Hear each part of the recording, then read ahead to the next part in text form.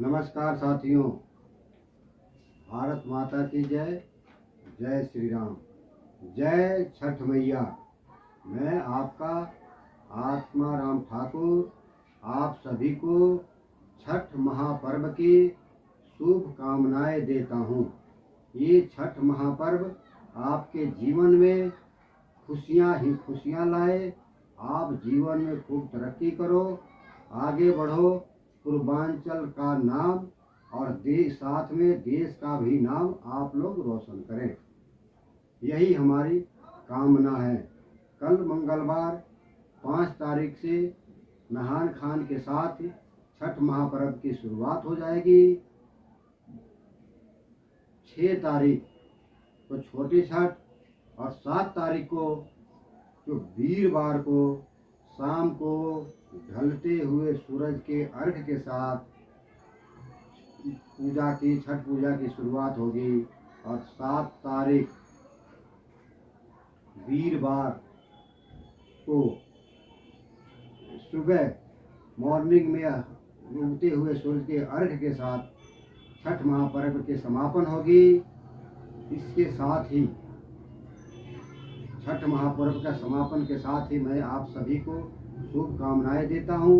और पूर्वांचल वासियों को, खास करके पूर्वांचल वासियों को मैं इस बात के दाद देता हूं कि दुनिया में कोई भी ऐसा त्यौहार नहीं है, कोई भी ऐसा मत मजहब नहीं है जो ढलते हुए सूरज की आराधना करे। लेकिन पूर्वांचल के भाइयों, आप लोगों के अंदर ही वो क्षमता है, आप लोगों के अंदर ही छठ माता के प्रति जो विश्वास है, सूर्य देवता के प्रति जो आस्था है और विश्वास है कि आप लोग ढलते हुए सूरज की आराधना करते हैं। इसके लिए मैं आप लोगों को मैं बधाई के पात्र मानता हूँ, बधाई के पात्र हैं। इसके लिए आप लोगों को मैं सत प्रणाम करता हूँ। और मैं उन लोगों को भी प्रणाम करता हूँ जिन लोग हमारे साथ छठ पूजा में चढ़ बढ़ के हिस्सा लेते हैं, अपना आस्था जताते हैं, हमारा सहयोग करते हैं। उन सभी भाइयों को, उन सभी दिल्ली के वासियों को, दिल्ली की भाइयों और बहनों को जो हमारे पूर्वांचल के लोगों के साथ कदम से कदम मिला करके छठ पूजा में जो सहयोग करते हैं, हमारा साथ कर देते हैं और हमारे साथ बढ़ चढ़ के हिस्सा लेते हुए घाट पे जाते हैं, सूरज की आराधना करते हैं, उन सभी को मैं प्रणाम करता हूँ। और आप सभी को मैं ये दुआएं देता हूँ, शुभकामनाएं देता हूँ कि ये छठ महापर्व आपके जीवन में खुशियाँ ही खुशियाँ लाए और आने वाला समय आप लोगों का हो, आने वाला समय दिल्ली के लिए कुशल हो। अभी आप लोगों ने देखा होगा जमुना का क्या हाल है, जमुना के पानी दूषित हो चुका है। अभी भारतीय जनता पार्टी के प्रदेश अध्यक्ष माननीय श्री वीरेंद्र सचदेवा जी ने जमुना में डुबकी लगाया था, जिसके वजह से उनकी तबीयत खराब हो गई थी। भाइयों, मैं ये त्यौहार के वजह है राजनीतिक बातें नहीं करना चाहता, लेकिन हम सबको इस बात पे विचार जरूर करना चाहिए कि आखिर क्या वजह है। दिल्ली की 30 से 35% आबादी पूर्वांचल की है और इस 35 से 40% आबादी पूर्वांचलियों की होने के साथ भी हमारा अनदेखी किया जाता है। कहीं ना कहीं शासन प्रशासन के द्वारा पूर्वांचल वासियों का अनदेखी होता है। हम पूर्वांचल वासी इस पर विचार करेंगे और मैं कहता हूँ आप साथियों कि कहीं ना कहीं हमारे ऊपर इस बात का दोषारोपण भी होता है कि वर्तमान में जो दिल्ली में सरकार जो शासन कर रही है, हमारे पूर्वांचलियों के वोट से ही आई थी सत्ता में। लेकिन क्या वजह है, हमारा निरादर हो रहा है, हमारा अपमान हो रहा है। कई बार ये कहा जाता है पूर्वांचलियों के बारे में कि ये लोग यूपी और बिहार से 500 रुपया के टिकट कटा के दिल्ली में आ जाते हैं मुंह उठा के और 5 लाख का इलाज मुफ्त में करा के चले जाते हैं, जिसके वह पूर्वांचलियों के वजह से ही लोगों का कहना है। यहाँ के जो माननीय लोग हैं, जो आज के तारीख में सत्ता में है, दिल्ली पे शासन कर रहे हैं, वो कहीं ना कहीं हमारे पूर्वांचलियों को अपमान करने का कार्य करते हैं। भाइयों और बहनों, अभी 2025 फरवरी में दिल्ली में विधानसभा चुनाव होने वाला है। हमें इस पर खूब चिंता और चिंतन करना चाहिए कि क्या हम ऐसे आदमी का साथ या सहयोग कर सकते हैं जो हमारे पूर्वांचल भाइयों को यूपी और बिहार के लोगों का अपमान करता है और ये कहता है कि यूपी और बिहार के लोग 500 रुपया का टिकट कटा के दिल्ली में आके 5 लाख का मुफ्त का इलाज करा के चले जाते हैं। इस पर हमें जरूर विचार करना चाहिए भाइयों और बहनों। खास करके मैं पूर्वांचल भाइयों और बहनों से कहना चाहूँगा कि क्या हम दिल्ली में बोझ बने हुए हैं इनके नज़र में। दिल्ली को अगर शहर से महाशहर, नगर से महानगर, जंगल से अगर कॉलोनी और पॉश कॉलोनी हमने बनाया है, शहर बनाया है, तो अगर किसी ने बनाया है तो पूर्वांचल के लोगों ने बनाया है। भाइयों और बहनों, ये राजनीतिक बातें करना ठीक नहीं है।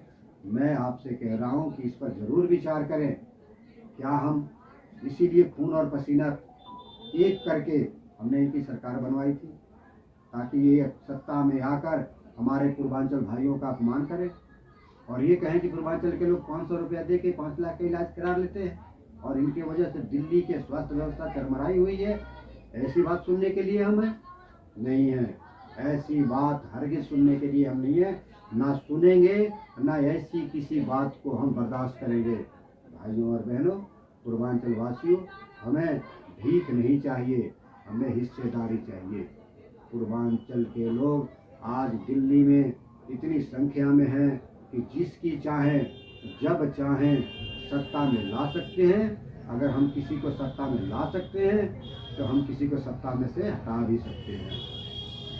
जो भी सत्ता में है, शासन में है, दिल्ली पे शासन कर रहा है, उन भाई से भी हाथ जोड़ के निवेदन करता हूँ, भाई साहब जी, आपको हम लोगों ने मौका मिला, खूब साथ और सहयोग किया, जिसके सहयोग से आप दिल्ली के सत्ता पे आए, लेकिन आपने सत्ता पे आने का पूर्वांचल वासियों को भूल गए।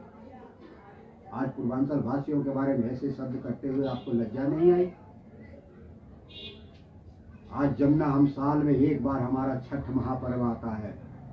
जो जमुना के जो माता हम मानते हैं, तो जमुना को क्या हमारा हक नहीं है कि साफ पानी मिले जिसमें हम सूर्य की आराधना कर सकें। आज जमुना की कैसी हालत है। आपने स्वयं बोला था केजरीवाल जी कि 5 साल में हम जमुना को इतना साफ और सुथरी कर देंगे ताकि हर व्यक्ति जाके उसमें डुबकी लगाएगा। और उन व्यक्तियों के साथ आपने ये भी कहा था कि मैं स्वयं जाके डुबकी लगाऊंगा। क्या आपने कभी डुबकी लगाई? हमारे भारतीय जनता पार्टी के प्रदेश अध्यक्ष माननीय श्री विजेंद्र सचदेवा जी ने हिम्मत दिखाई और जाके उसमें डुबकी भी लगाई जमुना में, लेकिन उनकी तबीयत खराब हो गई। महाराज जी, अब मैडम आपसी मारलेना जी बैठी हैं, मैं उनसे भी हाथ जोड़ के निवेदन करता हूँ, बहन जी आप थोड़ा सा ध्यान दें। पूर्वांचल वासियों का निरादर नहीं होना चाहिए, अपमान नहीं होना चाहिए।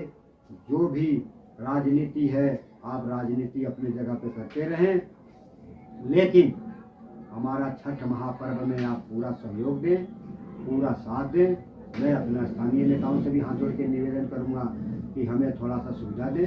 हम पूर्वांचल वासी हैं, प्रवासी लोग हैं, लेकिन हमने पूरा जीवन दिल्ली को शुद्ध और स्वच्छ बनाने में लगा दिया है, दिल्ली को नगर से महानगर बनाने में लगा दिया है।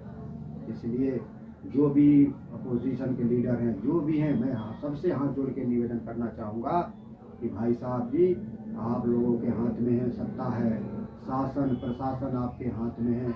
आप लोग हमारा सहयोग करें, हमें छठ महापर्व ताकि शांति और सुकून से मना सके, साफ सुथरे पानी मिल सके, स्वच्छ वातावरण मिल सके।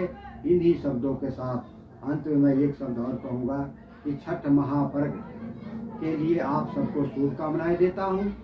चाहे वो पक्ष में हो, विपक्ष में हो, स्थानीय नागरिक हो, देश के हर नागरिक को मैं शुभकामनाएं देना चाहूँगा। छठ मैया की कृपा से पूरे विश्व में कल्याण हो, विश्व में शांति रहे, दिल्ली की वातावरण स्वस्थ हो, हमारे बच्चे स्वस्थ और स्वच्छ वातावरण में रहें, स्वच्छ हवा उनको मिल सके, ताकि दिल्ली की हवा बहुत प्रदूषित हो चुकी है, इसके पे भी ध्यान दें। मैं पुनः आप लोगों को छठ महापर्व की शुभकामनाएं देता हूँ। बहुत बहुत धन्यवाद, बहुत बहुत आभार। आप लोगों ने हमारा साथ दें। ताकि पूर्वांचल के वासी अच्छे तरह से साफ सुथरे तरीके से, हम किसी शासन प्रशासन को चैलेंज नहीं कर रहे हैं, हम सहयोग मांग रहे हैं, हाथ जोड़ के सहयोग मांग रहे हैं, जो हमारा हक है। और हम चाहेंगे और हम आशा भी करते हैं आपसे कि आप लोग भी हमारा सहयोग करेंगे। बहुत बहुत धन्यवाद। जय श्री राम, जय छठी मैया, भारत माता की जय। देश का कल्याण हो, दिल्ली का कल्याण हो। इन्हीं आशा और उम्मीदों के साथ मैं आप लोगों को जय छठी मैया बोलता हूँ। जय छठी मैया।